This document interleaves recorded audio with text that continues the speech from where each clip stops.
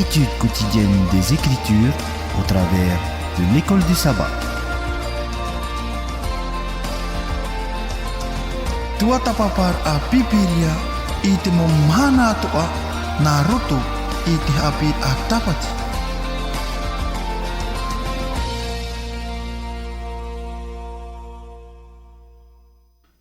Eh bien, chers amis, bonjour. Nous sommes ravis aujourd'hui avec les deux pasteurs qui sont avec moi. À ma droite, pasteur Hiro. Bonjour, pasteur. Bonjour Georges. Voilà. Et à ma gauche, donc, pasteur Mathieu. Comment vas-tu? Ça va bien, merci. Voilà, donc bonjour à tout le monde. Bienvenue sur la radio La Voix de l'Espérance. Bienvenue aussi sur nos deux plateformes YouTube et Facebook. Cet après-midi, nous allons donc entamer la dernière leçon de ce trimestre, la 13e. Et souvenons-nous qu'au début, il y a à peu près 2000 ans, l'apôtre Jean se trouvait donc en exil sur cette île de la mer Égée, l'île de Patmos. Et à cause de son témoignage fidèle à l'Évangile, eh bien, un sabbat particulier, eh bien, Jésus lui-même, en personne, eh bien, vient le visiter. Et donc, il va lui annoncer toutes les souffrances à travers lesquelles le peuple de Dieu, en tous les cas, va traverser. Eh bien, lui a donné aussi un panorama de l'histoire de l'Église et tous les événements donc avant son retour. Nous sommes arrivés maintenant aux 4 derniers chapitres du livre de l'Apocalypse qui donnent donc des détails sur les événements donc des derniers jours, juste avant le retour de Jésus et après donc le millénium, après le jugement. Eh bien, avons-nous des raisons d'être heureux et de tressaillir de joie? J'aimerais ouvrir la parole de Dieu et dans Ésaïe, chapitre 26, verset 19, qui dit ceci: « Que tes morts reviennent, que mes cadavres se relèvent. Réveillez-vous et tressaillez de joie, habitants de la poussière, car ta rosée est une rosée vivifiante et la terre redonnera le jour aux ombres. » Eh bien, je demanderai à notre pasteur Hiro de nous unir dans la prière avant de commencer notre leçon de cet après-midi. Ok, prions Dieu. Père éternel, notre Dieu, notre bon Père céleste, cet après-midi, nous sommes heureux de pouvoir encore discuter, partager ce que nous avons pu parcourir tout au long de ce trimestre. Et aussi aujourd'hui, nous aurons encore d'autres bonnes nouvelles, d'autres bonnes choses à partager avec nos auditeurs. Que tu puisses, Seigneur, nous accompagner, être présent au travers de ton Esprit Saint, afin qu'on puisse saisir l'essentiel de ce que nous devons absolument comprendre au travers de ta parole. Merci encore, Père, pour ta présence, et en tout cela, nous te demandons au nom de Jésus. Amen. Amen. Eh bien, en guise de début de notre leçon de cet après-midi, cette dernière leçon du trimestre, eh bien, j'aimerais demander à nos pasteurs de faire un résumé un petit peu de ce trimestre avant d'entamer donc cette nouvelle leçon, nouvelle et dernière leçon du trimestre. Qui veut commencer? Ok. Alors, il est vrai que déjà le dernier trimestre de l'année dernière, lorsque j'avais pris connaissance du thème de ce trimestre, cette nouvelle année, je dis waouh, le livre de l'Apocalypse. Hein? Comment on va faire? C'est-à-dire que lorsqu'on parle de l'Apocalypse, c'est rempli de symboles, d'images. Nous avons parcouru pendant près de 3 mois, justement, il y a beaucoup d'images, beaucoup d'illustrations. Et bien sûr, il y a des personnes qui n'osent même pas ouvrir le livre parce qu'ils disent « Ah, mais c'est trop compliqué, on se perd dans des significations, dans des symboles, que vaut mieux lire peut-être les évangiles, c'est plus facile à comprendre. » Bon, et ce qui est important pour pouvoir un peu résumer ce que nous avons parcouru pendant le trimestre, c'est bien sûr de comprendre pourquoi ce livre pourquoi nous avons étudié, qu'est-ce que nous avons pu retenir lorsque nous avons étudié. Donc le but de ce livre-là, donc bien sûr c'est une révélation, révélation de qui? De Jésus-Christ. Mais la question qu'on doit se poser, pourquoi est-ce vraiment un livre important à étudier. Nous avons parcouru pendant 3 mois. Nous avons, chaque semaine, nous avons pris un sujet venant d'un chapitre de ce livre-là. C'est vrai que ce que je dis souvent lorsque je passe dans les églises, c'est de retenir l'essentiel de ce que vous avez appris la semaine. Parce que ça ne sert à rien d'aller dans les détails et puis passer à côté de plus important. Donc, ce qui veut dire, ce qu'il faut prendre par rapport à le livre d'Apocalypse, il y a, on va dire, les principaux acteurs. Bien sûr, il y a Jésus, il y a le dragon, il y a les bêtes, l'image de la bête, il y a les faux prophètes. Mais en fait, dans tout cela, il n'y a que deux forces, deux puissances. Il y a le bien, le mal, il y a Dieu, il y a Satan. Donc pour nous, pourquoi est-ce essentiel, pourquoi est-ce important de pouvoir étudier, de pouvoir lire, de pouvoir comprendre les écrits de l'Apocalypse. Et ça, c'est très important de pouvoir l'expliquer, de pouvoir comprendre. Alors, quelles décisions sommes-nous amenés à prendre après avoir parcouru pendant tout un trimestre ce livre de l'Apocalypse? Malgré justement ces différentes images, ces époques parcourues, tout au long de ce trimestre, donc, je disais donc il y a 2 camps. Il y a le bien et le mal. Mais la grande question pour nous, où suis-je par rapport à ces 2 puissances? Est-ce que j'ai pris le temps d'écouter, de réfléchir et de prendre une décision par rapport à ce que nous avons entendu, ce que nous avons étudié, par rapport au bien et au mal? Où suis-je aujourd'hui? Est-ce que j'ai choisi mon camp? Suis-je du côté du bien ou du mal?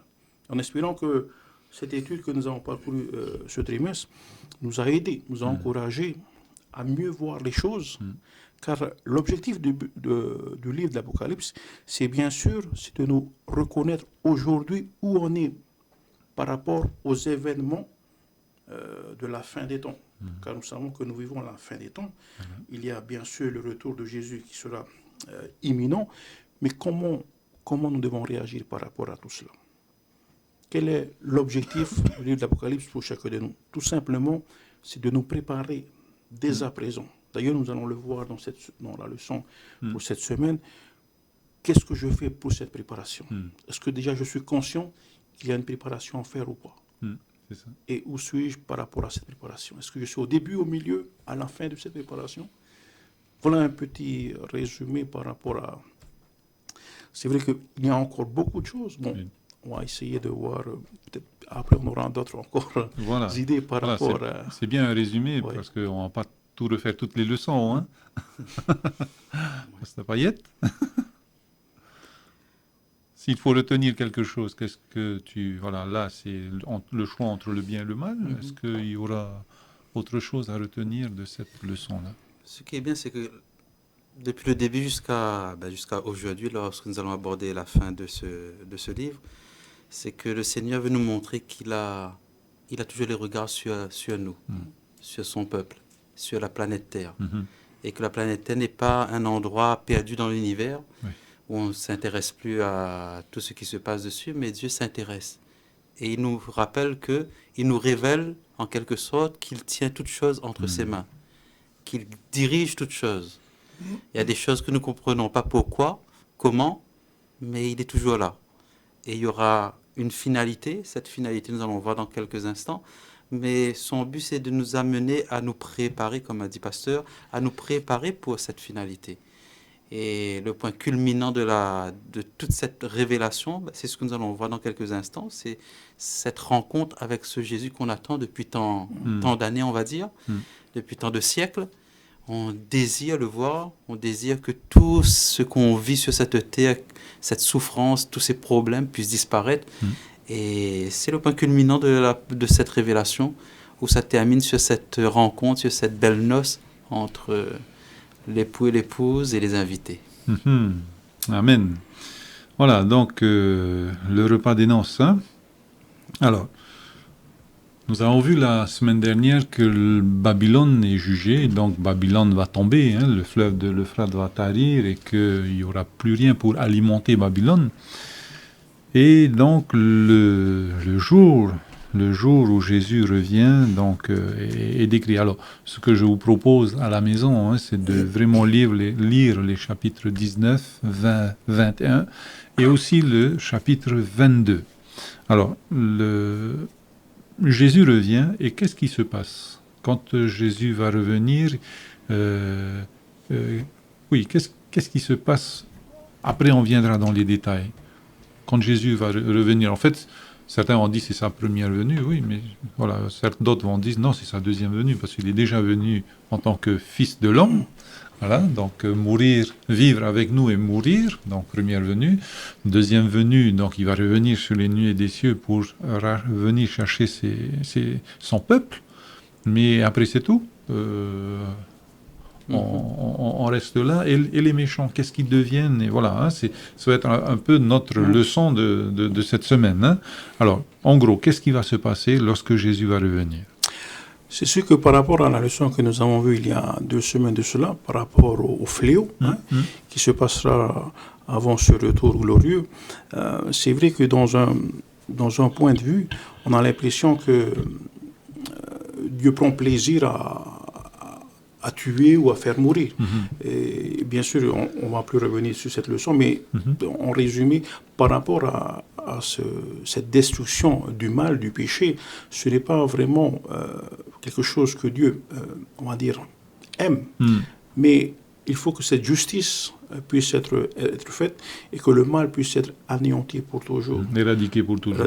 Voilà. Donc, il y aura bien sûr, lors de ce retour, il y aura 2 choses. On va dire la destruction, l'anéantissement du mal pour toujours, éternellement. Et bien sûr, le côté, on va dire, plus positif, c'est le retour de Jésus et c'est les récompenses que tous ceux qui sont préparés vont recevoir lorsqu'il sera là. Okay. Donc il y a bien sûr ces 2 choses-là. Okay. Et tout au long de cette semaine, il y a bien sûr, comme pour aujourd'hui, nous avons tant de questions qui restent sans réponse. Voilà. Et donc, au travers de la leçon du Col du Sabbat, on nous dit qu'on aura des réponses par rapport à toutes ces questions qu'on se pose jusqu'à aujourd'hui. Ok. Alors, qu'est-ce qui va se passer? Alors, à quel moment on aura le temps de poser ces questions et d'avoir... Est-ce que c'est dans l'éternité ou bien est-ce qu'il y a un temps qui est fixé pour...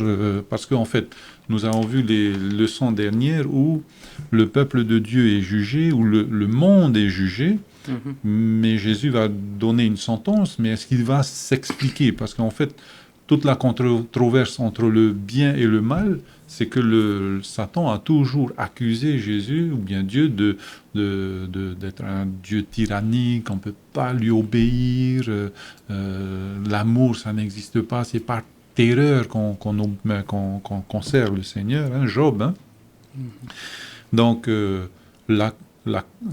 l'accusation, c'est pas seulement vers nous, mais c'est plus vers Dieu que Satan se tourne pour accuser Dieu et pour dire que tout ce qu'il y a de pas bien à dire par rapport à Dieu. Et donc, à quel moment Dieu va se justifier et où? Pour continuer ce que le pasteur a dit, il y a le Seigneur, quand Jésus reviendra, ou viendra, c'est vrai qu'il est venu une fois sur la terre, il a dit « Je m'en vais vous préparer une place et je reviendrai pour vous prendre avec moi ». Donc on l'utilise « viendra » dans sa gloire ou « reviendra », c'est du moment qu'on le voit. C'est ça.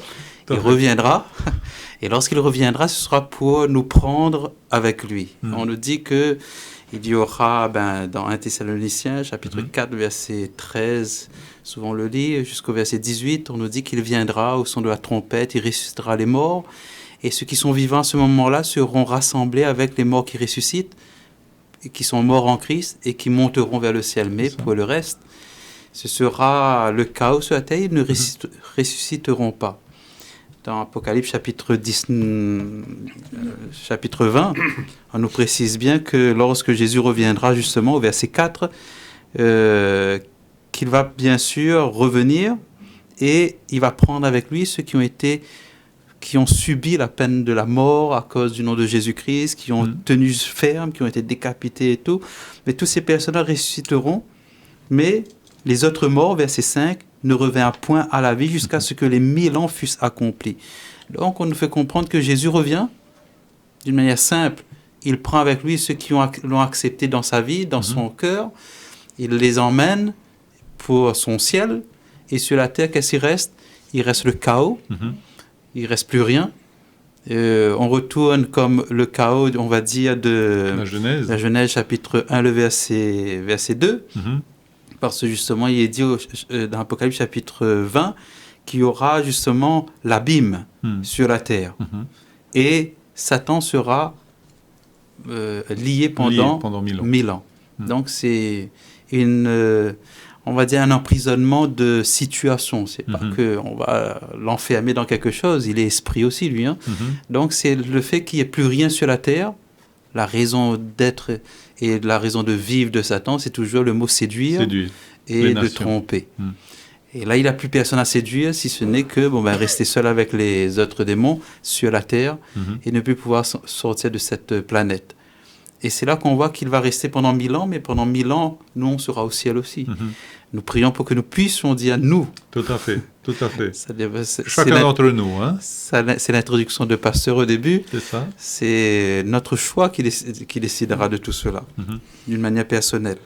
Et c'est là que, bien sûr, pendant les 1000 ans, c'est là qu'intervient ce qu'on appelle le jugement. Mm.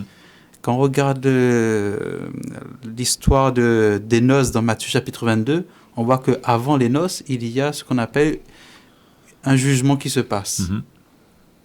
On regarde un petit peu si tout le monde a mis sa robe blanche, on a donné Voilà. des directives, Mhm. et il y a une personne qui n'a personne. pas écouté, Voilà. qui n'a pas suivi les directives. À ce moment-là, on met dehors, ensuite les noces commencent. Mhm. Mais c'est la même chose ici. C'est-à-dire, avant que la noce véritable arrive sur la nouvelle terre, il faut bien que, nouvelle, on va en parler, Mhm. mais sur la nouvelle terre, il faut bien qu'il y ait un jugement. Mhm. Comme tu as dit, il faut qu'on pose des questions. Sur la terre, il y a beaucoup de questions qu'on ne peut pas répondre, Ouais. qui nous touchent aussi. Mhm. Et moi, j'ai déjà une liste de questions. Mais pour avoir ces réponses, il faut être sauvé. Malheureusement ou heureusement, certains ont décidé de plus vivre sans, de pas avoir cherché ces réponses, Mhm.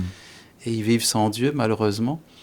Mais nous devons savoir que Dieu répondra à toutes nos questions Toutes les pendant questions. ce millénium. Après viendra, bien sûr, Jésus avec la nouvelle Jérusalem sur cette terre. Ok, voilà un peu les événements de la fin. Hein. Jésus revient après la fermeture de la porte de la grâce. Jésus revient, les rachetés montent avec lui. Pendant 1000 ans, ils vont donc siéger pour, pas vérifier, mais voilà, Dieu va se justifier devant le monde par rapport à ses jugements, par rapport à ses sentences, qu'il est un Dieu d'amour et de justice. Voilà. Hein. Ce que je voulais rajouter par rapport justement à cette révélation, le livre d'Apocalypse, bien sûr, le but du livre, c'est de nous révéler à quelle époque nous vivons aujourd'hui par rapport à cet événement que nous attendons tous, c'est-à-dire le second retour de Jésus-Christ.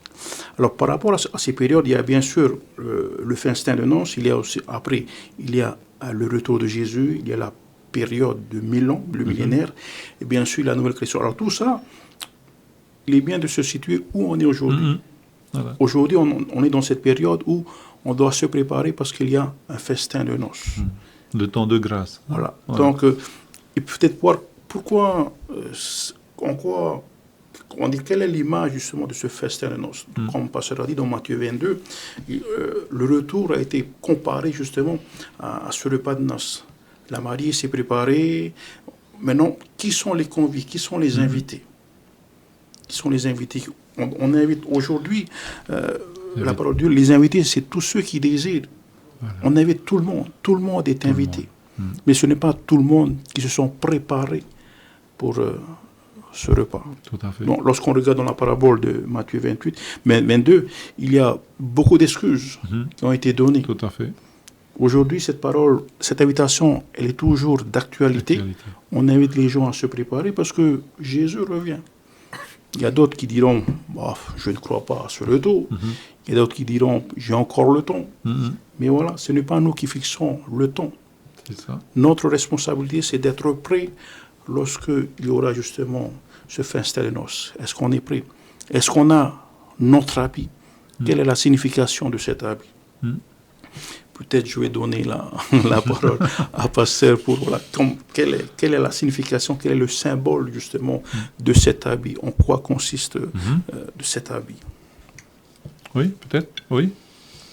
Oui, l'habit, de toute façon, c'est écrit pour ceux qui ont étudié un petit peu, nous rappelle que la robe immaculée représente un caractère purifié dans le sang de l'agneau. Donc le fait d'un blanc éclatant, ça représente les œuvres justes qu'on avait vues la semaine passée, les œuvres justes des saints. Et c'est là qu'il faut se rappeler que nous ne sommes pas vraiment l'épouse en réalité. Nous sommes les invités. Parce que si on regarde bien dans Apocalypse chapitre 21, on nous dit, verset 2, je vis descendre du ciel auprès de Dieu la ville sainte, la nouvelle Jérusalem, préparée comme une épouse. Donc la nouvelle Jérusalem, c'est l'épouse. Mais nous devons faire partie de cette nouvelle Jérusalem-là. Et en quelque sorte, nous sommes les invités. Si nous sommes les invités, nous ne sommes pas l'épouse. Nous devons nous préparer à cette fête, à cette grande rencontre et à cette symbiose qui va y avoir entre Dieu, la nouvelle Jérusalem et nous-mêmes, habitant dans ce lieu-là. Et c'est vrai que quand on regarde, c'est important de se rappeler que le millénium sera là aussi pour nous aider à comprendre l'amour du Christ qui a été remis en question depuis tant d'années, depuis tant de siècles, depuis tant de millénaires. Et c'est à nous de bien sûr de prendre conscience que le Seigneur a préparé quelque chose que pour notre bien. Et il sera prêt à répondre à toutes nos interrogations. Alors, plusieurs personnes pensent que le millénium n'existe pas. C'est quoi c'est pas biblique, le millénium. Parce que ça n'existe pas dans la Bible. 1000 ans, oui, mais le concept de millénium, si, le concept existe. Ouais. 1000 ans, c'est écrit noir sur blanc, quoi. Donc, pendant 1000 ans, eh bien, les rachetés vont pouvoir poser des questions à Jésus. 1000 ans, c'est beaucoup. 1000 ans, c'est beaucoup. Et je pense à l'éternité, mais peut-être que je devrais poser cette question à la fin, mais elle me brûle depuis tout à l'heure. La question que j'aimerais poser, 1000 ans, c'est beaucoup, et l'éternité, c'est beaucoup, encore plus alors. Quelqu'un avait défini l'éternité comme si j'étais encore jeune lorsque j'ai entendu cette définition. Imaginez une colombe qui, tous les 1000 ans, va aller sur la Lune, va effleurer la Lune, pas toucher, effleurer la Lune, revenir. Et quand la Lune va disparaître, parce qu'il a effleuré pendant des millénaires et des millénaires, eh bien c'est le tout début de l'éternité. Magnifique, hein? Ce n'est que tout le... Alors, la question qui me brûle, est-ce que je risque pas de m'ennuyer pendant l'éternité? C'est la question qui me brûle depuis qu'on a commencé. Voilà, je l'ai lancé la question et voilà. Qu'est-ce qu'on y fait pendant l'éternité? C'est vrai que vu de notre point de vue humain, voilà. C'est vrai qu'on a l'impression qu'on va sans doute s'ennuyer. Mais lorsqu'on fait confiance, lorsqu'on a foi en Dieu et on sait que ce que Dieu prépare pour ses élus, pour ses enfants, ce sont des choses que la Bible dit, ce sont des choses qu'on n'a jamais vues, que nos oreilles n'ont jamais entendues. Mais pour moi, je fais confiance. Je n'ai pas le moindre doute, d'hésitation pour dire que avec Dieu, on ne va jamais s'ennuyer. Je pense qu'il y aura toujours des moments, parce que dans l'école du sabbat, on dit que Dieu nous a donné ce désir de toujours découvrir et apprendre. Enfin, personnellement, comme cette question que tu viens de poser, alors on aura tout ce temps-là de pouvoir découvrir le pourquoi du comment. Donc je serai très tout ce qui me passionne, impatient de pouvoir découvrir toutes ces questions qu'on se pose. Et là, enfin, nous aurons une explication de toutes ces choses que nous n'avons jamais compris pendant toute notre vie. Amen. Je continue ce que le pasteur a dit. Nous, on raisonne en tant que personne qui peut s'ennuyer si pendant la journée, on est géré par 24 heures. On attend quelqu'un, on commence à s'ennuyer. On lui a dit, telle heure, il doit arriver, il prend 5 minutes de retard, etc. Mais revenons dans le contexte que le Seigneur parle. il y a 2 endroits dans la Bible où on nous fait comprendre et on nous rappelle que Dieu est hors du temps aussi. Il s'adapte à notre temps pour nous montrer qu'il dirige toutes choses, mais ce qu'il nous réserve, c'est vraiment quelque chose d'extraordinaire que notre entendement ne veut pas comprendre. Parce que nous sommes des êtres qui sont gérés par 24 heures, 365 jours par an, le temps et l'espace. par le temps et l'espace en quelque sorte. Hein. Et d'ailleurs, il va dire dans Psaume 90, le psaume de Moïse, il va dire, verset 4, « Car 1000 ans sont à tes yeux comme le jour d'hier, quand il n'est plus, et comme une veille de la nuit. » En quelque sorte, pour Dieu, 1000 ans, c'est comme si c'est pour lui... quand même pas 24 heures, quoi. Hein? Et on retrouve cette même expression, cette même idée quand Pierre écrit dans 2 Pierre chapitre 3 et le verset 8, « Il est une chose bien aimée que vous ne devez pas ignorer. » Donc, il ne faut pas ignorer en quelque sorte cette partie-là. C'est que devant le Seigneur, un jour est comme 1000 ans, et 1000 ans est comme un jour. Le Seigneur ne tarde pas dans l'accomplissement de sa promesse. Donc, c'est toujours dans cette idée du temps de Dieu. Du temps de Dieu, surtout concernant son avenue. Parce que dans le psaume 90 aussi, hein, on pose la question, jusqu'à quand tarderas-tu? Reviens, Éternel. Donc, on parle même dans le psaume 90 du retour de Jésus-Christ, pas de la venue du Messie. Et dans 2 Pierre, c'est le retour aussi de Jésus-Christ. Quand il viendra, il nous rappelle que Dieu va amener avec lui l'éternité. Quand on sera transformé, quand il apparaîtra sur les nuées des cieux, pour ceux qui l'ont accepté dans sa vie, cette transformation nous fait vivre déjà l'éternité. Et l'éternité est une notion qu'on ne peut pas vraiment comprendre. Comment comprendre dans notre petite tête qu'un jour qu'on a passé, c'est déjà 1000 ans? Ou bien 1000 ans, c'est un jour.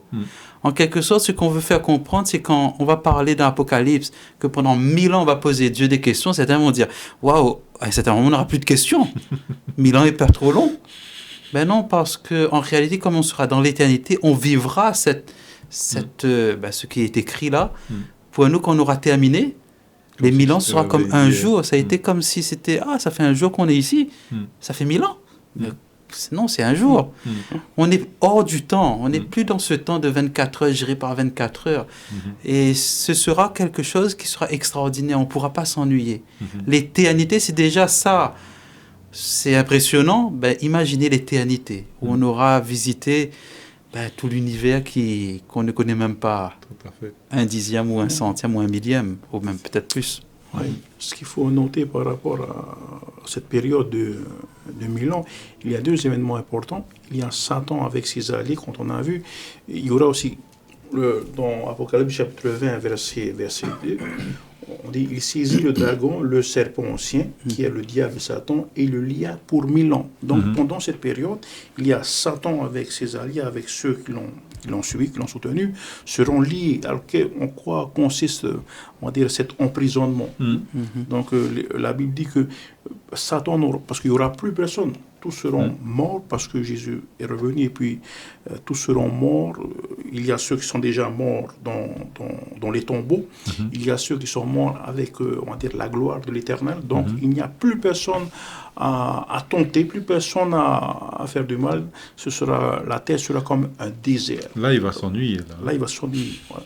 Et par contre, ce qui est important, c'est le peuple de Dieu, justement, ces enfants, ils auront quelque chose à faire. Et justement, on aura des choses à découvrir.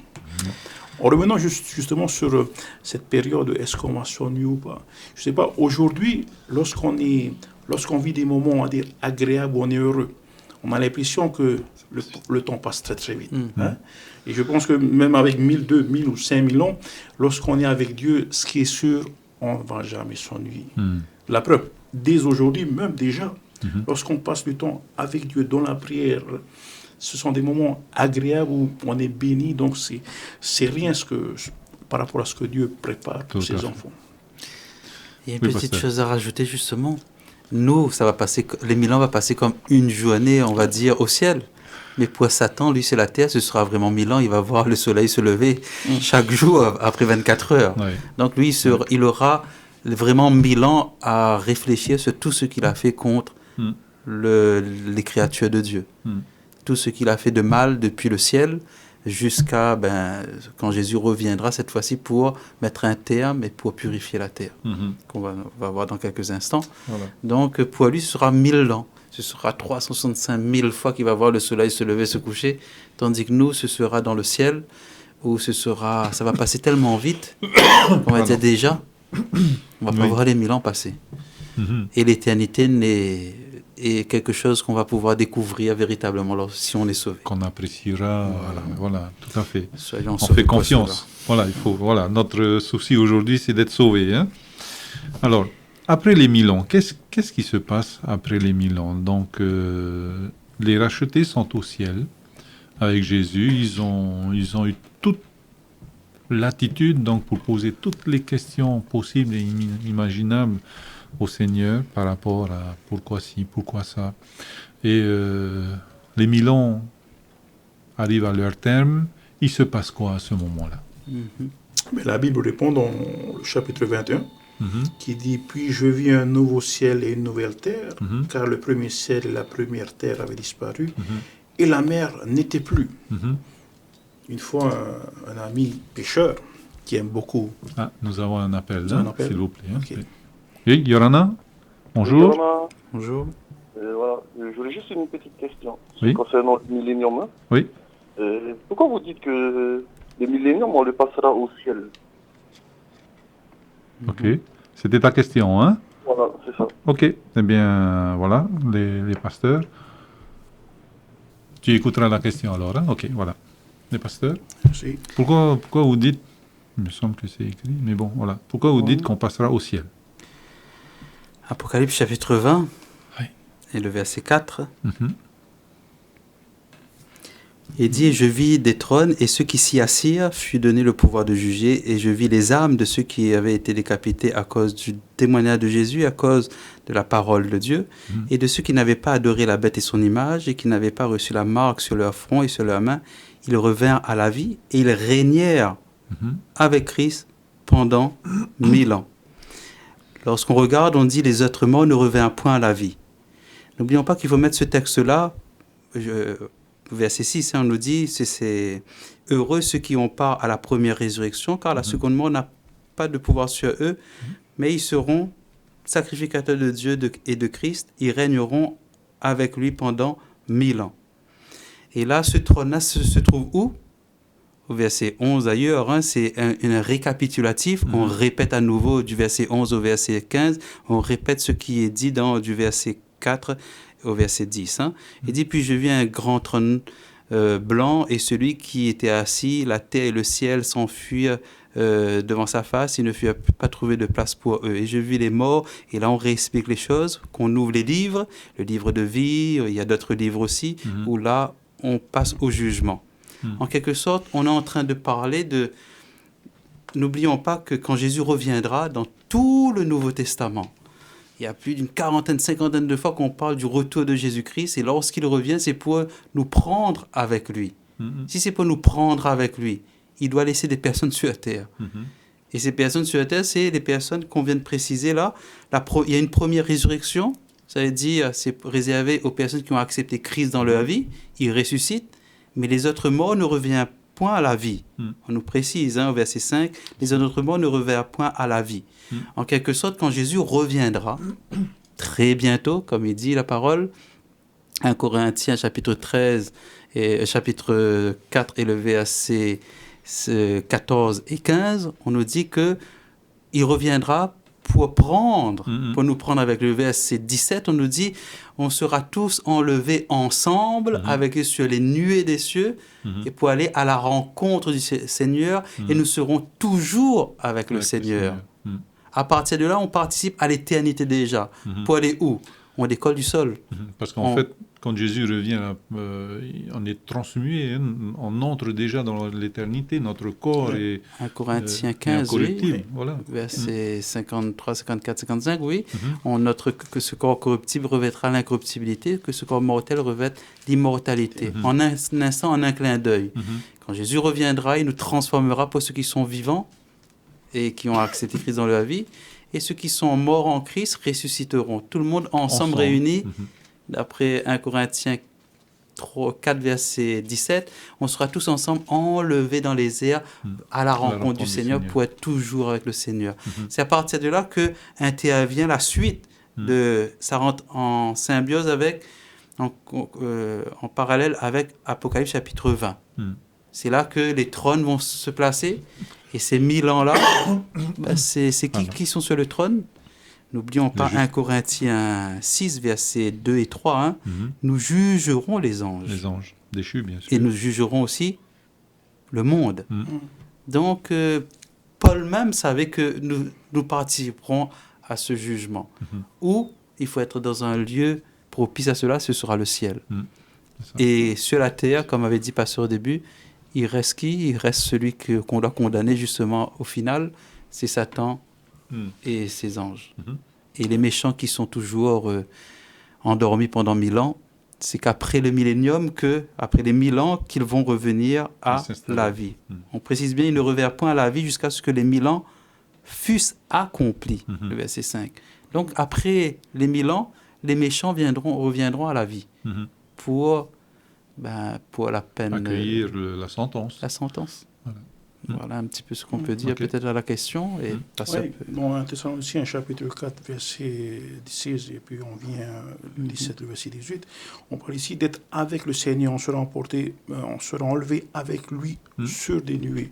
Donc, ça c'est le premier élément. Le deuxième élément, on ne peut pas être avec Christ et tout en étant sur cette terre pécheresse. Voilà. Donc, on ne peut pas. Et comme on serait avec Christ, on serait.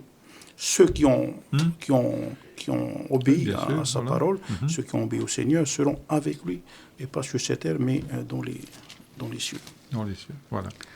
Donc, on a répondu à la question de cet auditeur. Hein. Merci pour ta question.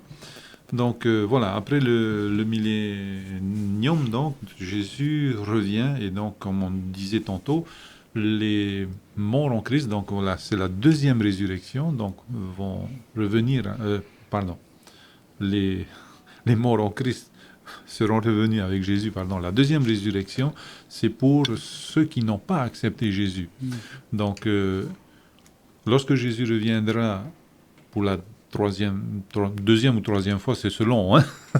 Mais voilà, il y a 2 retours en tous les cas dans l'Apocalypse. Le premier retour où il prend les élus avec lui, et le deuxième retour, donc après les 1000 ans, il y a ces morts qui n'ont pas accepté Jésus, qui ressuscitent et qui accueillent donc la sentence. Qu'est-ce qui se passe lorsque ces morts ressuscitent? J'imagine que Satan, il va être heureux. Enfin, j'ai encore du monde que je peux contrôler, du monde que je peux séduire. J'imagine que sa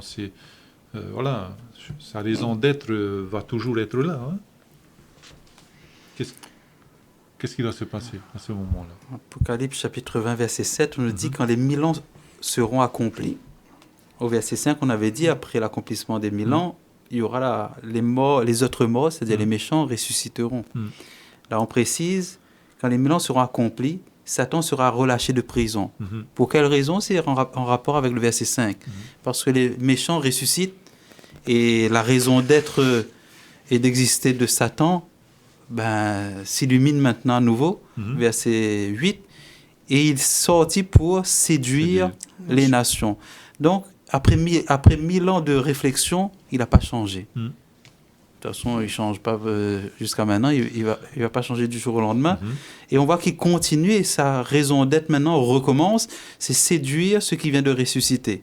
Gog et Magog, d'un côté de la terre à l'autre, surtout cette idée de méchanceté reste à la base, afin de les rassembler pour la guerre. On dit leur nombre est comme le sable de la mer. Oui. Et ils vont les réunir. Et pour les réunir, pourquoi? Pour le combat. Combattre quoi? Combattre qui? Comme on avait dit, comme au retour, le deuxième retour de Jésus-Christ, le retour de Jésus-Christ après les 1000 ans, Jésus descend avec la nouvelle Jérusalem. À l'intérieur, il y a les saints. Ce qui est écrit au verset 9, ils montèrent sur la surface de la terre et ils investirent le camp des saints. Et la ville, bien-aimée, l'épouse. Hein? Mais un feu descendit du ciel et les dévora tous. Donc on voit qu'après le millénium, il descend avec la Nouvelle Jérusalem. Les méchants ressuscitent à ce moment-là. Ils découvrent très certainement la sentence. Le Seigneur les montrera que ils sont dans la mauvaise résurrection. Et Satan va les séduire, ça veut dire ils vont se laisser encore aller à suivre l'ennemi. Ils peuvent, en plus, ils se mettent en marche contre Dieu et le peuple de Dieu. Ça veut dire que s'ils se mettent en marche, ils pensent qu'ils peuvent avoir une chance. Et ils vont aller. Et là, on voit vraiment la méchanceté de l'être humain au plus profond. Ceux qui ne seront pas sauvés, ce seront des personnes vraiment qui ont été trop orgueilleux. Tout ce qu'on cite dans Apocalypse, chapitre 21, d'ailleurs, verset 8. Ceux qui sont orgueilleux, ceux qui pensent qu'à eux-mêmes, qui ont été méchants vers les autres. Beaucoup d'autres choses. Et c'est là que le verset qui dit que le juste continue d'être juste, que se justifie encore, et que le méchant continue d'être méchant. Il y a plus moyen de retour en arrière pour le méchant, ni pour le juste aussi d'ailleurs. Il a fait ses choix. Ouais, ça c'est Apocalypse 22, verset 11. C'est vrai que ça se réalise déjà au 7e saut, voilà, au 6e saut. Et 7e qu'on a vu la dernière fois, c'est vraiment avant que Jésus revienne, ce qui est injuste reste injuste. Et on voit que quand il ressuscite, les injustes sont restent toujours méchants. Voilà, il n'y a plus de retour en arrière. Qu'est-ce que je voulais dire par rapport à ce... Donc, la sentence est prononcée, le feu donc extermine tout le monde, anéantit toute création. Donc certains vont dire la question c'est est-ce que il va créer du neuf avec l'ancien, ou bien est-ce qu'il va tout recréer et l'ancien va disparaître complètement? Ça, c'est la première question. Et la deuxième question, donc, on parle de ce feu éternel. Donc, quelle tristesse s'il y a un feu éternel pendant que les uns festoient et les autres souffrent éternellement. Donc, c'est pas le Dieu d'amour que je connais en tous les cas. Est-ce que vous avez des réponses à cela? Il est vrai que, vu de cet angle-là, on a l'impression que cette façon de voir les choses, cette façon de faire n'est pas compatible avec la nature même de Dieu. On a l'impression que Dieu prend plaisir à faire du mal, à tuer, à anéantir, alors que ce n'est pas du tout l'objectif. Alors, c'est vrai que c'est difficile d'accepter, de comprendre que c'est le sort des méchants, c'est le sort de ceux qui n'ont pas voulu obéir. Mais il faut savoir que bien avant, il y a eu des avertissements. Et ces avertissements continuent à résonner jusqu'à aujourd'hui. Donc l'objectif de Dieu, ce n'est pas de tuer les êtres humains, d'anéantir, de faire souffrir, loin de là. Mais son objectif, c'est bien sûr de laisser le mal, d'anéantir le mal, le péché. Celui qui a fait qu'aujourd'hui, on vit dans un monde de malheur. C'est le péché, c'est Satan qui l'a. Et ce Dieu juste et véritable, ce Dieu de justice, ce qu'il veut, c'est justement laisser anéantir ce mal, anéantir ce péché. Mais le souci, c'est qu'en tant qu'être humain, nous sommes, on va dire, accaparés de ce péché, nous nous accrochons à ce péché. L'objectif, c'est d'anéantir le péché. Mais puisque nous sommes dessus ce péché, forcément, on est anéanti avec. Mais si on décide de lâcher ce péché, de lâcher le mal, bien sûr, on ne sera pas touché, on ne sera pas atteint. Tout à fait. Donc ce n'est pas la cible, ce n'est pas l'être humain, parce que Dieu est mort pour chaque individu, et Dieu désire que chaque individu, Jean 3, verset 16, puisse être sauvé. C'est ça. Son but, c'est d'anéantir le mal. Donc il nous demande de nous éloigner. C'est comme si nous allons tuer un animal sauvage. Et si on va s'accaparer de cet animal, on est tué avec. Et l'objectif, c'est d'anéantir le mal, le péché, et pas l'individu. C'est ça. Maintenant, le choix revient à nous.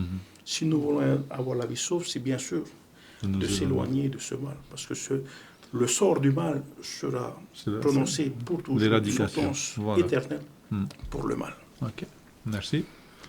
C'est Payette. Sinon, c'est vrai qu'il y a des personnes qui pensent qu'il y aura un endroit dans l'univers où les gens vont continuer à brûler éternellement. Et on a évoqué le nom de l'enfer, etc., etc. C'est vrai que quand on regarde, il faut juste rappeler, je ne sais plus si on avait dit ça auparavant, mais se rappeler que dans la Bible, lorsqu'on parle de destruction éternelle, c'est pas le temps, c'est pas dans le temps, mais c'est les conséquences qui sont éternelles. C'est ça. Les résultats sont éternels. En quelque sorte, quand on voit, il y a deux exemples dans la Bible qui est très marquant. Le premier exemple, c'est qu'on connaît tous, c'est Sodome et Gomorrhe. On nous dit que Sodome et Gomorrhe a reçu la peine d'un feu éternel. Hein. C'est dans Jude, verset 7. Sodome et Gomorrhe et les villes voisines d'ailleurs, qui se livraient comme eux à l'impudicité et à des vices contre nature, sont donnés en exemple subissant la peine d'un feu éternel. Si éternel dans notre esprit, ça correspond dans le temps, on a un souci ici parce que si, justement, on ne sait pas où se trouve Sodome et Gomorrhe aujourd'hui. Sinon, ils sont en train encore de brûler. Voilà, si c'était en train de brûler encore, on aurait pu dire, là, tel endroit où tu vois le feu qui monte à chaque fois, là, ben ça, c'est Sodome et Gomorre. Maintenant, il n'y a plus rien à cet endroit-là. Il y a pratiquement que la mer morte, mais il n'y a plus rien. Pourquoi il n'y a plus rien? Parce que, en fin de compte, l'idée de destruction plus éternité dans la Bible, ça veut dire détruire une fois pour toutes, on n'y revient plus. Ça veut dire aussi dans le sens où c'est pas la conséquence dans le temps, mais c'est la conséquence qui est éternelle. Ça veut dire c'est fini, c'est détruit. Il y a un autre exemple, c'est l'exemple de Édom. Édom qui faisait souffrir le peuple de Dieu à un certain moment. Ils exagéraient tellement, ces hommes-là, que Dieu a dû intervenir dans Ésaïe 34 et à partir du verset 9, il dit « Les torrents d'Édom seront changés en poids, c'est-à-dire en goudron, et sa poussière en soufre, et sa terre sera comme de la poix qui brûle, elle ne s'éteindra ni jour ni nuit, la fumée s'en élèvera éternellement d'âge en âge, elle sera désolée, et à tout jamais, personne n'y passera. » Nous savons où se trouve Édom aujourd'hui. Il n'y a pas de goudron là-bas. Sinon, on aurait pu faire toutes les routes possibles et imaginables qui rejoignent tous les pays du monde. Mais c'est là qu'on voit que c'est aujourd'hui un désert. Il n'y a plus rien, plus âme qui vivent sur le dessous de la Palestine. Donc, est-ce que Dieu a menti? Non, c'est que dans l'esprit biblique, destruction, ça équivaut, destruction plus éternité, ça équivaut qu'on ne revient plus. Il y a un dernier texte que je pourrais citer aussi, là, c'est Malachie chapitre 4, où on nous explique qu'on nous parle de ce retour de Jésus-Christ. Ce retour de Jésus-Christ qui dit tout simplement, ce jour viendra, Malachie 4, verset 1, ce jour qui vient les embrasera et l'Éternel des armées, il ne leur laissera ni racines ni rameaux. C'est ça l'idée de destruction plus éternité. Le mal ne reviendra plus. Merci, pasteur. Nous avons un appel. Yorana? Hey, Yorana. Mais Jésus disait que c'est comme au temps de Noé. Oui. Hein? Les gens mangeaient et buvaient, ainsi sera la fin. Eh ben, le millénium qu'on parle là, ben, Jésus avait a bien expliqué aussi que la fin, c'est comme au temps de Noé. Que ça va être détruit. Oh, ouais, la destruction. Voilà. Et après, c'est tout. Hein? Voilà. Il y a pas, la pluie n'est pas tombée pendant des siècles. C'est ça. Hein? C'est ça. Voilà. La destruction éternelle. C'est que la fin de toute chose, quoi. Hein? Voilà. Voilà. OK. Merci, Nana. Merci beaucoup. Allez, au revoir. Merci. Donc voilà, donc cette destruction-là, et alors dans notre leçon, la partie de mercredi souligne que le mot nouveau, Dieu fera tout neuf, signifie que quelque chose de nouveau, en qualité plutôt qu'en origine. Oui, ça c'est important. Voilà. Il y a des personnes qui croient que Dieu va recréer une autre planète. Mais en réalité, on revient sur cette même planète. Zacharie chapitre 14, on nous parle de ce retour de Jésus-Christ, après le millénium d'ailleurs, où la nouvelle Jérusalem se posera à un endroit bien précis sur la terre. Et c'est là que Dieu va purifier la terre avec le feu, très certainement en même temps de purifier en brûlant les méchants et Satan. Voilà. Mais c'est la même terre, c'est en qualité justement, Kainos, c'est en qualité, c'est pas une autre planète, c'est notre planète, mais cette fois-ci purifiée du péché. Voilà, mais quel égard pour Dieu de mettre donc la planète Terre, la capitale, puisqu'il va habiter là, la capitale de l'univers, c'est ça? Oui, non? C'est texto ou c'est... Bon, c'est C'est vrai pas que marqué capitale. Hein? c'est vrai que cette question, est-ce que c'est vraiment du nouveau, du neuf, ou c'est, comme on dit quand on utilise le langage mécanique, c'est de reconditionner, hein? Mais pour moi, est-ce vraiment le plus important? Pour moi, le plus important, c'est est-ce que je serai là-bas, sur cette Nouvelle Jérusalem? Surtout que pour la place, il n'y a pas de souci. Il y a beaucoup de place dans la maison de mon père. Hein. Voilà. La place, il n'y a aucun souci pour ça. Tout le monde peut y aller. Hein. En tout cas, ce que l'Apocalypse au chapitre 21 me dit, je vis un ciel nouveau, une nouvelle terre. Est-ce que c'est reconditionné? Voilà. Pour moi, le plus important, c'est je serai là-bas dans cette nouvelle terre. C'est le plus important, le plus important. Ok. C'est vrai qu'il y a certaines personnes qui... Moi, j'ai croisé quelques personnes d'autres dénominations qui s'attardaient sur le fait que la terre, notre terre sera réservée que pour le feu qui brûle éternellement. Et ensuite, nous, on aura une autre planète à côté, peut-être plus loin, etc. Maintenant, Jésus revient sur cette terre où il a créé, et son fils est mort. Hein, Dieu a envoyé son fils pour mourir sur cette terre. Et c'est sur cette terre qu'il viendra. Et dans Apocalypse, dans Zacharie, comme je vous ai dit, Zacharie 14 nous précise où sera placée la Nouvelle Jérusalem. Zacharie 14 nous dit que la Nouvelle Jérusalem sera placée là où se trouve aujourd'hui le mont des Oliviers. C'est ça. D'accord? Son pied se posera sur cette partie de la planète Terre et ça va se fondre en deux, du nord au sud, de l'est à l'ouest, pour faire une grande place pour recevoir la Nouvelle Jérusalem. Zacharie 14, voici le jour de l'Éternel arrive, et là on est en train de parler justement de ce retour après le millénium. Donc on voit vraiment que ce sera toujours sur cette planète, mais purifiée par le feu. Pierre a vu cela, Pierre chapitre 3. Il va dire que à 2 reprises, il va répéter que notre piété doit être vraiment sincère, dans le sens où tout ce que nous voyons aujourd'hui se fondront et se dissoudront. Donc, ça va vraiment être purifié par le feu. Il a dit la première fois, c'était purifié par l'eau, mais cette fois-ci, cette terre est réservée pour le feu. Ça se trouve dans 2 Pierre, chapitre 2, et le verset 5 et 6. Et 7, pardon. Le 7, il dit... Avant, c'était détruit submergé par l'eau, tandis que par la même parole, les cieux et la terre d'à présent sont gardés et réservés pour le feu, pour le jour du jugement et de la ruine des impies. Donc, il y aura une purification de la terre. Et Dieu ne va pas nous laisser vivre sur du charbon. Il va faire ce qu'il a dit. Jean va voir, et je vis un nouveau ciel et une nouvelle terre, parce que vraiment, ce sera vraiment différent. Tout était... sali par le péché, dénaturé par le péché, et ce sera quelque chose de nouveau. C'est vrai que le mot kainos ici, c'est vraiment en qualité. C'est pas une autre planète que Dieu va recréer à part, mais c'est toujours notre belle planète, encore plus jolie, comme au temps de l'Éden. Pourquoi nos premiers parents ont désobéi, hein? On n'aurait pas eu tout ça. Hein? Je ne reviens pas dessus, on ne va pas refaire l'histoire. Oui, pasteur, tu voulais intervenir. Oui, c'est ce que je voulais rajouter par rapport au retour de Jésus.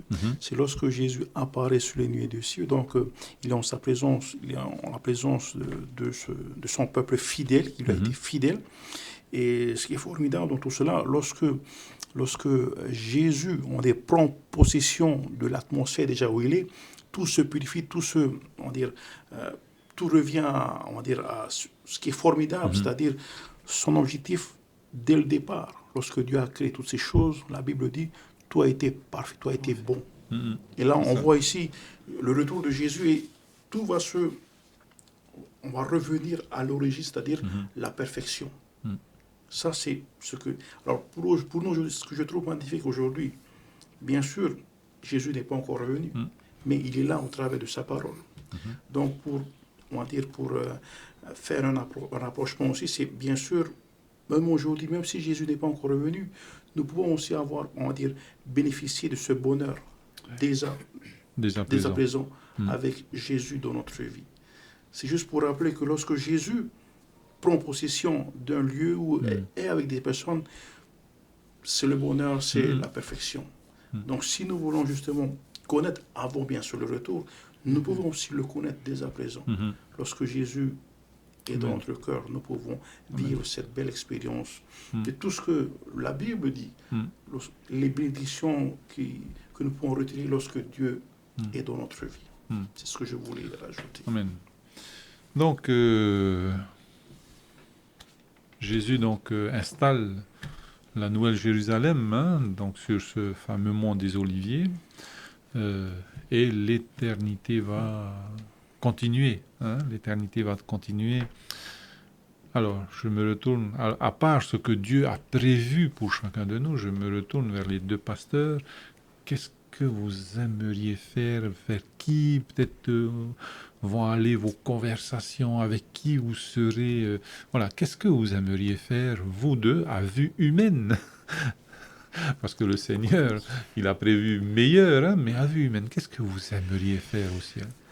Pour répondre à cette question, pour moi, dans un premier temps, c'est bien sûr découvrir ces choses que nous ne connaissons pas, que nous n'avons pas de réponse. Pour moi, j'ai hâte de connaître des réponses par rapport à ces questions qu'on se pose aujourd'hui et de découvrir justement des choses qu'on ne peut pas aujourd'hui à cause du péché, mais grâce à ce retour, grâce à ce paradis, à cette nouvelle Jérusalem, nous pouvons, j'ai hâte de découvrir ce que Dieu va proposer pour ses élus. Ok, merci. Pasteur Payette? Il y aurait beaucoup de choses.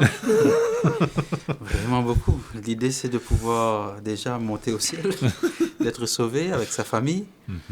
Et avec toute cette famille, de pouvoir pas seulement pique-niquer, soit à Tahiti ou à Montréal, mais cette fois-ci, il y aura mieux que cela. Mieux que ça. Ce sera de pouvoir pique-niquer sur d'autres planètes, découvrir d'autres choses, et vraiment découvrir et être en présence de ce Jésus à qui on pourra parler. On pourra parler avec le premier Adam, c'est ça. Le premier homme. On pourra voir Adam et Ève, on pourra voir toutes ces personnes qui... Tous les patriarches, Joseph... Déjà les membres de notre famille, que nos parents, nos grands-parents, nos arrière-grands-parents. Voilà. C'est vraiment quelque chose que... Il y aurait beaucoup de choses. Voilà, beaucoup de choses à découvrir. Donc l'éternité semble petite cette fois-ci. Ça y est, on a adapté. Voilà, tout à fait, on a relativisé là. Bon, qu'est-ce qu'on a oublié dans notre leçon de cette semaine? Bien sûr, on peut parler de la Nouvelle Jérusalem. La Nouvelle Jérusalem, dans Apocalypse chapitre 22, voilà. Il y a déjà le plan de cette Nouvelle Jérusalem, il y a aussi des symboles par rapport à cette Nouvelle Jérusalem, son éclat, ses dimensions, voilà. Donc il y a tout ça aussi à des rues pavées d'or, des perles douces en fondation, voilà. C'est bien détaillé dans le chapitre 22. Oui. Il y a beaucoup de chiffres. 12 000 stades en longueur, en largeur et en hauteur. 2200 km, à peu près. Mais si on regarde bien, si on rassemble toutes les personnes depuis Adam et Ève jusqu'à nos jours qui vont être sauvées... Combien de milliards? Là, on peut se poser la même question qu'aujourd'hui on se pose. Comment tous les animaux ont pu rentrer dans l'arche de Noé? C'est ça. Et là, quand on regarde... Comment toutes ces personnes-là vont rentrer dans... Ça semble être grand, mais ce n'est pas grand par rapport à toutes ces personnes, quand même, depuis Adam et Ève, qui ont accepté Christ. C'est un cube de 2200 km à peu près. Voilà, ça peut remplir assez rapidement. Si depuis Adam et Ève jusqu'à Jésus, c'est déjà plus ou moins plein. Ouais. Et vous rajoutez jusqu'à l'an 2019 qu'on est. Et tous les myriades d'anges. Voilà, et c'est là que c'est extraordinaire, parce que ce sont des choses qu'on ne peut pas vraiment comprendre. Et même quand on regarde la description faite par Jean nous dit des choses, et c'est étrange. On dirait que c'est quelqu'un qui n'a pas bien dormi quand il a vu quand il essaie de décrire, mais en réalité, il n'arrive pas à décrire ce qu'il voit. Il essaie de mettre des mots sur des choses qu'il n'arrive pas à décrire parce que c'est la première fois. Par exemple, quand il dit que chaque porte a été taillée dans une perle. Nous, tu dis ça ici à Tahiti, Ça doit passer toute la population. Ben, quelle grandeur est cette perle? C'est ça, la taille de Pour la nous, on perle. connaît la perle, c'est petit. Tout petit comme ça. Mais là, c'est taillé, une porte est taillée dedans. Et il est en train de décrire quelque chose qui est inimaginable, en fin de compte, on a du mal à Qu'on ne peut pas comprendre. concevoir en tant Voilà. qu'être humain. Et ce serait extraordinaire. Ça veut dire que ce qui nous attend là-haut, enfin, ce qui nous attend sur cette nouvelle terre, ben, ce sera quelque chose où là, on sera étonné. On va oublier même le passé pour découvrir l'avenir chaque jour. Maintenant, pour la capitale que tu disais, ça c'est un peu compliqué parce que c'est vrai qu'on dit que ben, Jésus va oser habiter avec nous, le Père aussi, Oui, on soit la voilà. capitale de l'univers. Mais n'oublions pas une chose, hein, c'est complexe Dieu parce Oui. qu'il est omniprésent, Omniprésent, omniscient, oui. il est tout puissant, Tout à fait.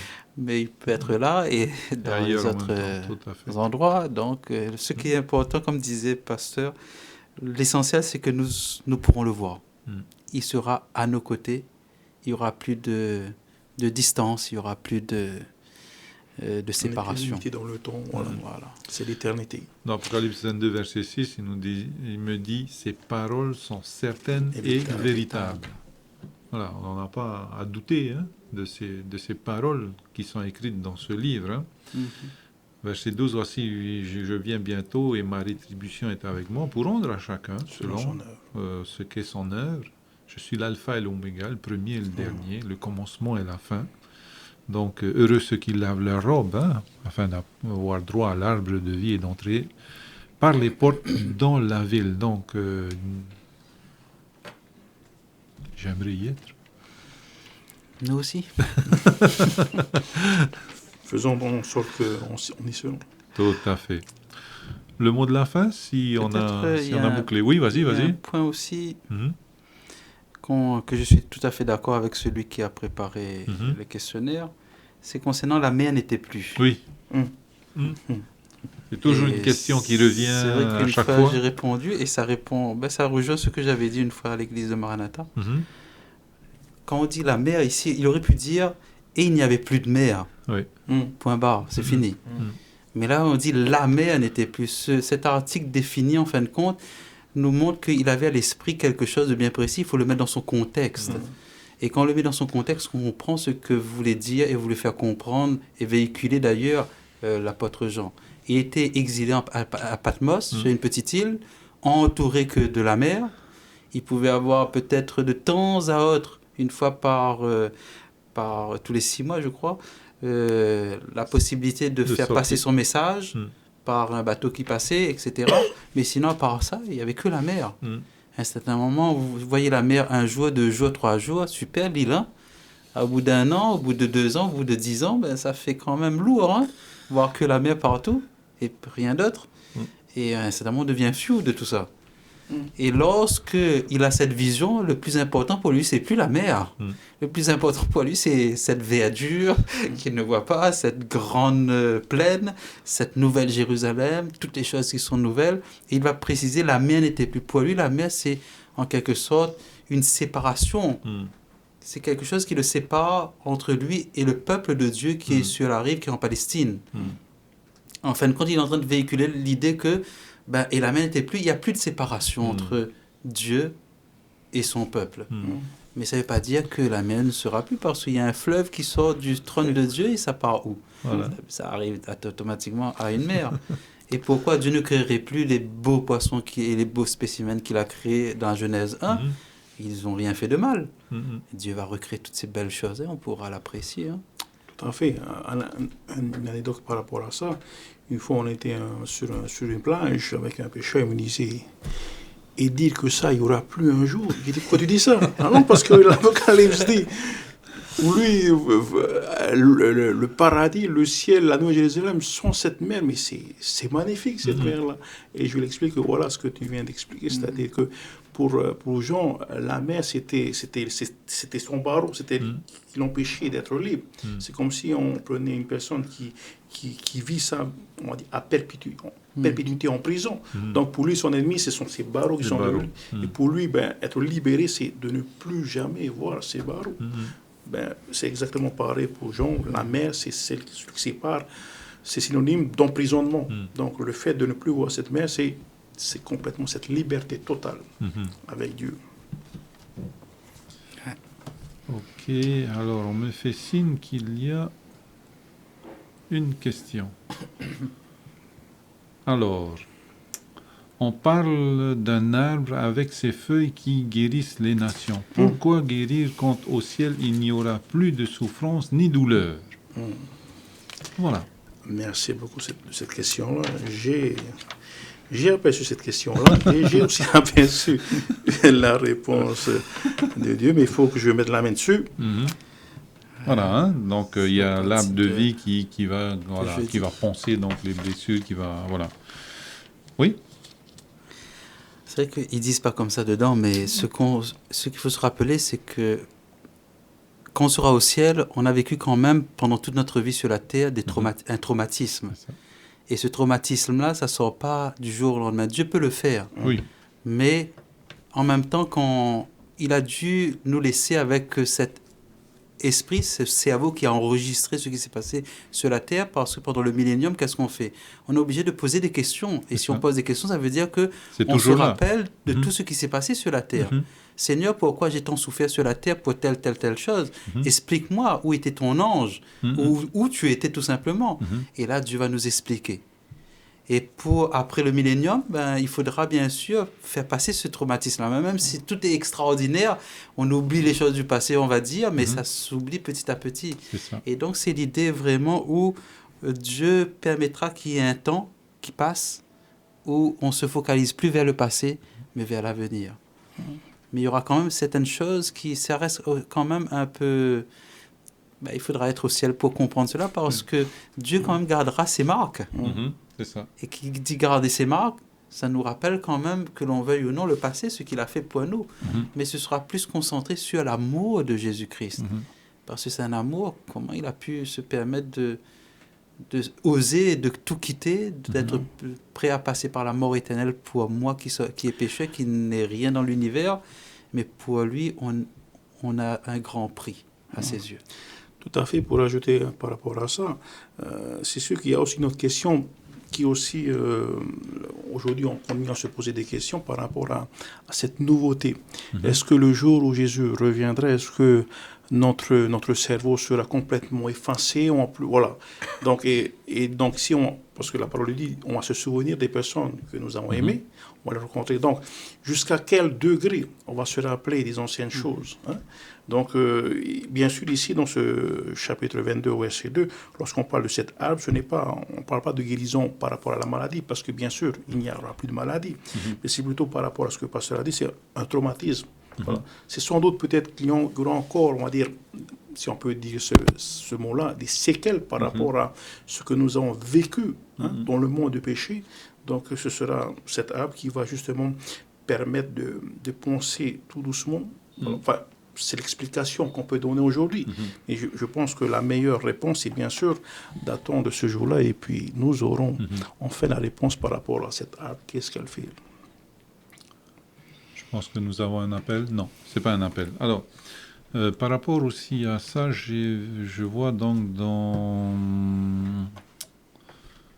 Éphésiens chapitre 4, verset 13. « Jusqu'à ce que nous soyons tous parvenus à l'unité de la foi et à la connaissance du Fils de Dieu, à l'état d'homme fait, à la mesure de la stature parfaite du Christ. » Voilà, la perfection, ça sera petit à petit. Nous avons un appel. Yorana? Oui, Yorana, c'est pour l'arbre de vie, là. Oui. Oui, je pensais que quand Jésus dit « Le ciel et la terre passera, mais ma parole ne passera point ». Ça veut dire que c'est une parole éternelle, même dans le ciel, il y aura toujours la parole. Oui. Puisque la parole, c'est la parole de Dieu, Dieu sera là. Voilà. Je veux dire, ça sera la parole incarnée, je veux dire, personnifiée. C'est une parole qui ne va jamais disparaître, elle va toujours rester dans le ciel, quoi. Oui. Avec voilà. C'est bien ça. Merci. On est bien d'accord. Merci beaucoup. Il y avait une réponse par rapport à ça à apporter? Je vois Pasteur Payette regarder sa Bible. Ok. Je vais juste rajouter quelque chose en plus de ce que la personne a parlé. Ça se trouve dans Matthieu chapitre 5, verset 18, ce qu'il a cité. Car je le dis en vérité, tant que le ciel et la terre ne passeront point, il ne disparaîtra pas de la loi un seul iota ou une seule trait de lettre jusqu'à ce que tout soit arrivé. Ça veut dire que c'est tant que la terre est là, la parole de Dieu restera. Mais après, ça changera. Pourquoi? Comment? Le vrai est là. Le vrai, ce sera Jésus-Christ lui-même, qui est la parole. On va dire Le incarné, logos. le logos, la parole qui s'est faite chair. Cette fois-ci, on l'aura en chair et en os. On n'aura plus besoin de la Bible entre les mains. Il y aura Jésus-Christ. La révélation est là. Jésus-Christ chair. En chair et en os. En chair et en os, si on peut dire. Je ne sais pas comment ce sera, mais Oui, je sais pas aussi. c'est Dieu. Hein? Et donc, il sera là. Et en quelque sorte, ça reste éternel. Mais c'est éternel dans le sens où ce ne sera plus en papier, on n'aura plus besoin de ce papier-là, parce qu'on l'aura entièrement devant nous. Ça rejoindra en quelque sorte ce qu'a vécu les disciples quand ils ont dit, et la parole s'est faite chair, elle a habité parmi nous, et nous avons contemplé sa gloire comme la gloire du Fils unique venu du Père. Hein? Jean chapitre 1, verset 14. Donc on n'aura même plus besoin de dire, allez, on va redire un peu la Bible. Qu'est-ce que disait encore l'Apocalypse? Tout cela va s'accomplir, ça va prendre son accomplissement à travers le retour de Jésus-Christ. Et là, on aura les yeux fixés non seulement sur Jésus-Christ, mais sur tout ce qu'il a préparé pour nous et sur tout ce qu'il a réservé pour nous. Merci. Ok. Voilà, comme mot de la fin, Oui. ou on repart? Non. Est-ce qu'il y a autre chose peut-être qu'on n'a pas vu? Il y a toujours des choses à ajouter lorsqu'on Oui, parle de oui. la parole de Dieu. Voilà.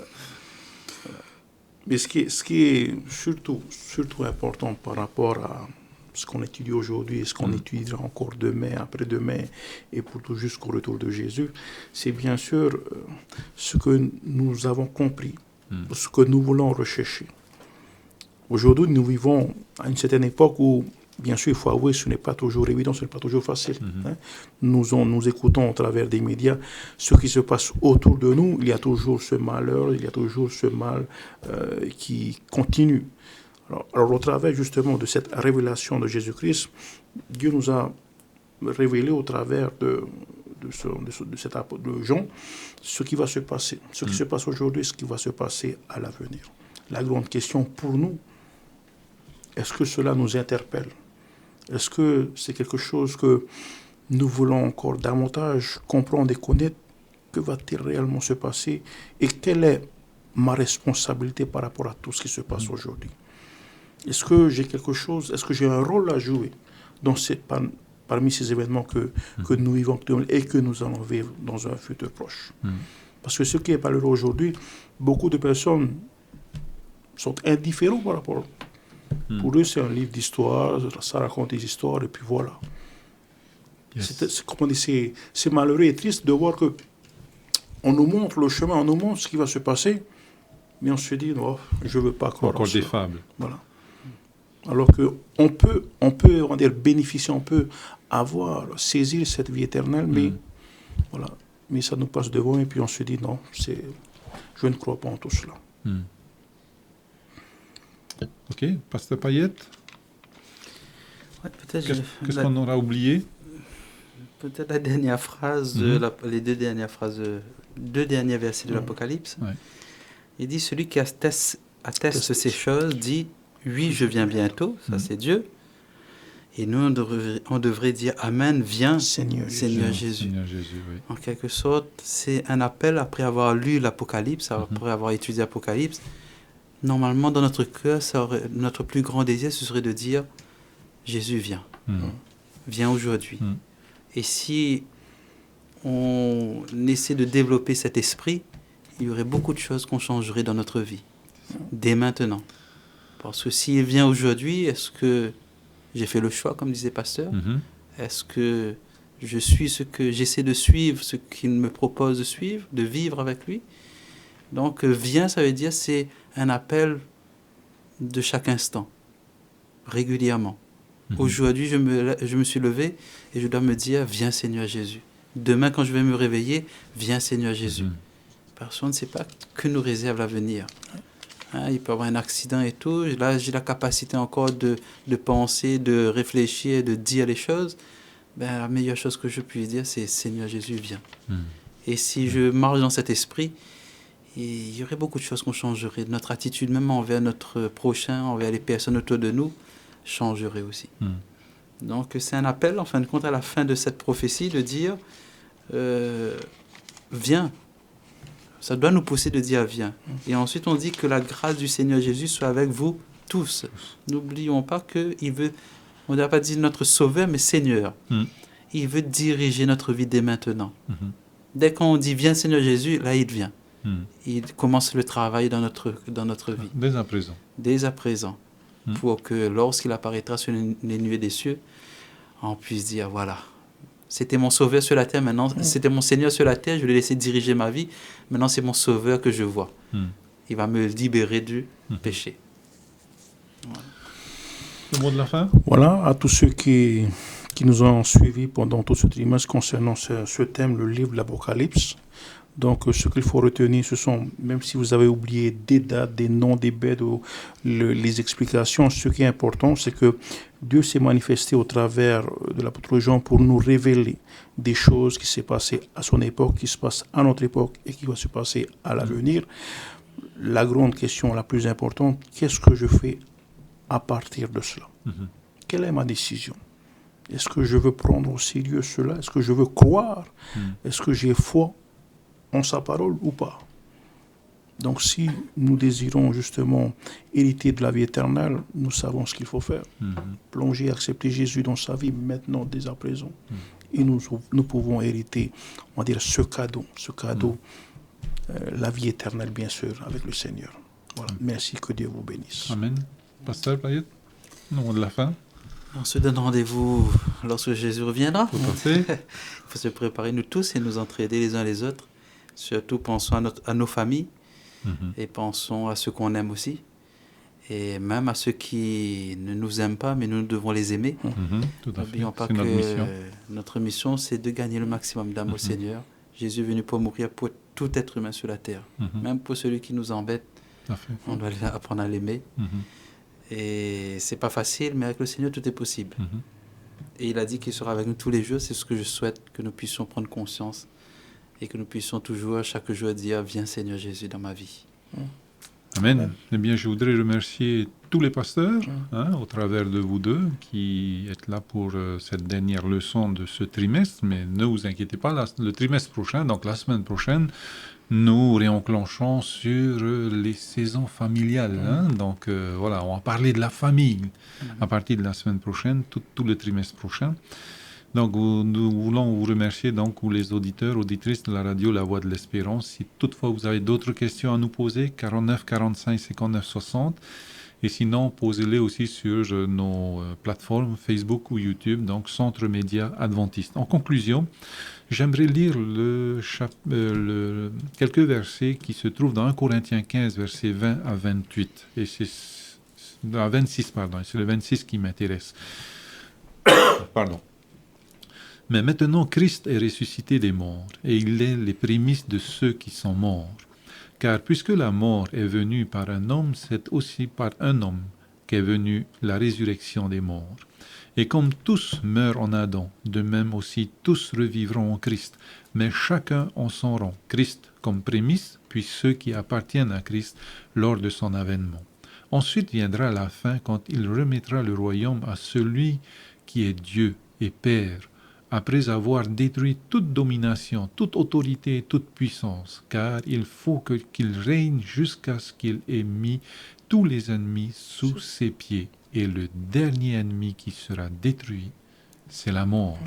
Chers amis, quelle belle promesse. Et le festin de l'agneau est là, à notre portée, à la portée de chacun. Chacun est invité à ce festin de l'agneau. Eh bien, prenons ce ticket d'invitation et faisons sorte que nous y serons avec les habits de justice. Eh bien, c'est tout le bonheur que je vous souhaite, que je nous souhaite aussi à nos trois ici sur ce plateau. Et nous allons donc terminer par la prière de notre pasteur Mathieu Payet. Prions. Père Céleste, remercions pour ce moment où tu nous as permis de pouvoir plonger notre regard dans ta parole. Aide-nous toujours à non seulement chercher à comprendre, mais à mettre en pratique dans notre vie de tous les jours cette parole qui vient de toi. Bénis chacun de nous, bénis chaque auditeur, bénis chaque personne sur cette planète afin que nous puissions, sachant que nous sommes dans le temps de la fin est proche, que nous puissions prendre position pour toi et pour ta vérité. Que tu puisses faire agir ton Saint-Esprit en chacun de nous afin que nous puissions véritablement ne plus rechercher notre confort, mais rechercher à nous préparer pour le grand retour de ton Fils Jésus-Christ et pour cela préparer aussi ceux qu'on aime, toutes les personnes qui sont autour de nous. Bénis-nous dans cet esprit, au nom de ton Fils Jésus que nous t'avons prié. Amen. Amen.